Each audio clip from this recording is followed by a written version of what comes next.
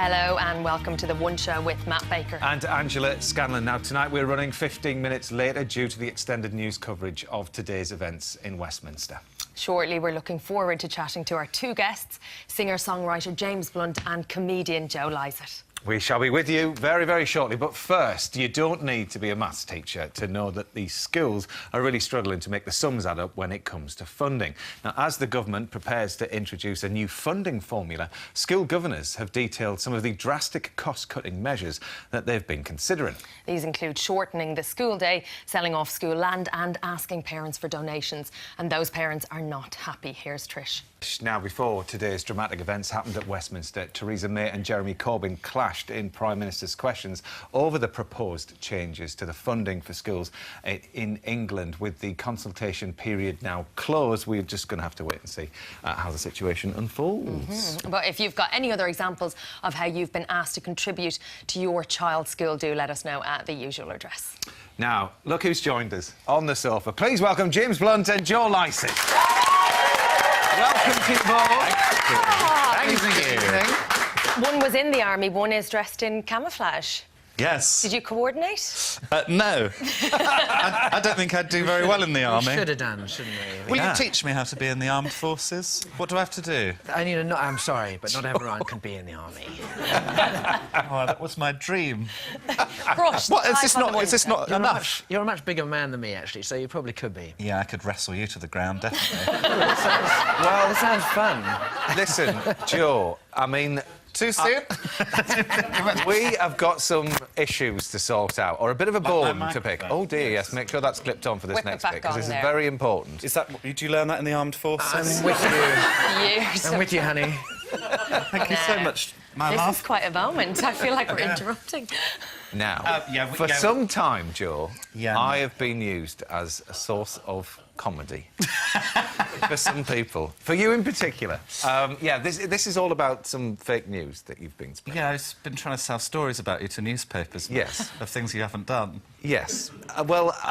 This was a story that I think you sold to a certain tabloid newspaper. I tried. Let's take a look. Here we go.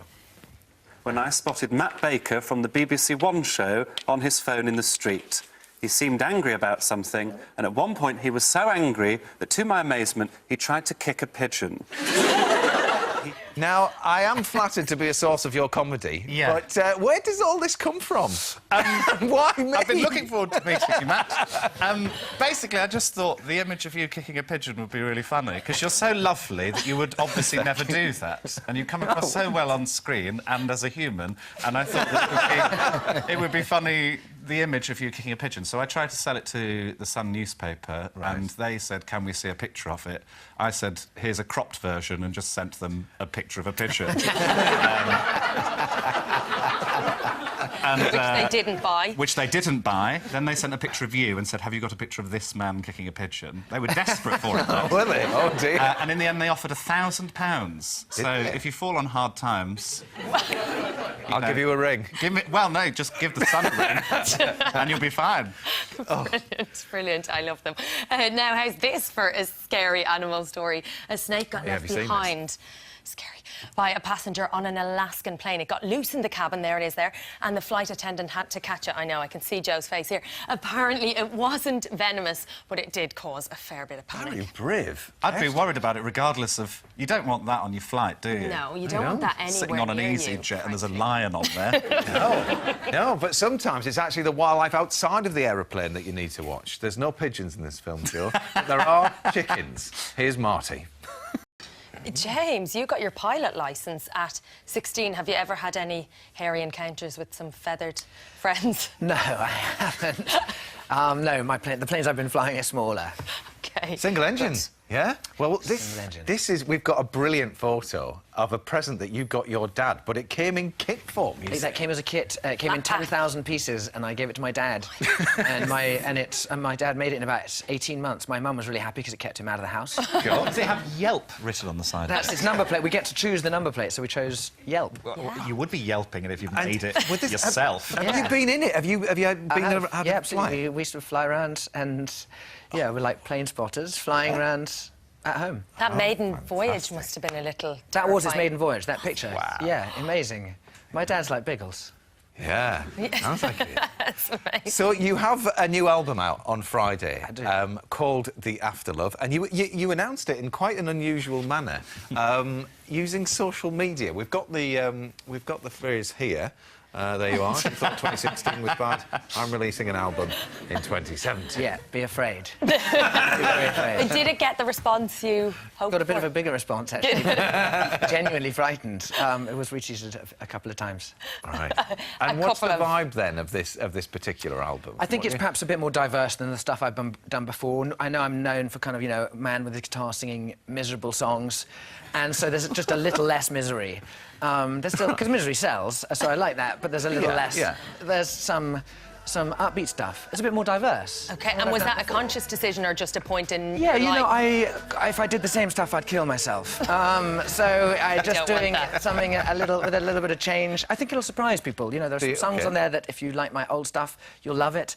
And if you have not liked James Blunt's music, I'm confident there's a couple of songs on there you'll dig. Do you think maybe now, because you're a family man, that it's a different chapter in your life, and you kind of... He's shaking his head, Matt. No, don't think go there, Matt. No, no, I don't think so. I think, you know, I've done 4 albums, and for the 5th, I just thought, you know, I've got a lot of experience, I might as well... And I've worked with some amazing people on this album. Wow. I've worked with a guy you might have heard of called Ed Sheeran. Yeah. A guy called... who, sorry? Yeah, not you know, annoying... Is it true that you taught Ed Sheeran to ski in return for a little bit of writing? We had a great trade, which was that I was his ski instructor, taught him how to ski, and at night he taught me how to write songs. Wow. So which one? I think I got the better deal at that, didn't I? Well, which song did you write with him It's on a this? song called Make Me Better. OK, great. And it's a sweet little song. And I've written with Ryan Tedder, the lead singer of One Republic, and I've sort of been following him around the world like a groupie, without having to put out when we'd write songs. And so we wrote in his hotel room in the Corinthia, which, actually, while we were writing this song kind of 9:30 at night, someone did come and bang on the door and ask us to shut up, which he was surprised by. I'm totally used to that. But he was banging on the door, then saw, oh, my God, it's that, you know, Ryan Tedder and that guy who sang that song from 2005. And so they were embarrassed, but I was pretty cool with it. And then we recorded it in Ryan Tedder's dressing room at the Roundhouse. So I've just been, you know, all over the place. I've had a kind of dream team of people to work with, and it's a cool album as a result. Yeah, and talking of people in your life as well, I mean, Carrie Fisher was a great friend of yours, wasn't she? And... Yeah, absolutely. When I first got a record deal, she put me up in her house in Los Angeles. I've lived there ever since when I've been in Los Angeles, and recorded Goodbye My Lover from my first album in her bathroom, and wrote some of this album whilst I was in Los Angeles, and it's a tragedy that she's died. I'm saddest, really, that my little son won't get to know his godmother. But I have to say, she was back in at the top of her game as General Leia in Star Wars, and so if she went, she went out with a bang, and I'm you know, hugely proud of her. Memories. Yeah, and that song, it must mean so much knowing that you recorded it at her house and the lyrics and everything. Just I mean, I have so many ridiculous memories. Her mother, Debbie Reynolds from Singing in the Rain, lived on the property too. Yeah. She used to shout up at me every morning, "Hey, Charlie, you want a drink?" I'm not Charlie, and she, well, you want a drink anyway. So it was an amazing place to live. Absolutely wonderful. Well, you'll be performing later on. We're very much looking forward to that. Yes, now, Joe, Red Nose Day. What is it now, about 48 hours away from now? It's on Friday. It's come up so quick. It has, hasn't it? Really Incredibly. has. Yeah. Well, before we find out more, here's another good reason to donate. Yeah. Miranda Hart has met some young people who thank one project for helping them stop a cycle of self-harm.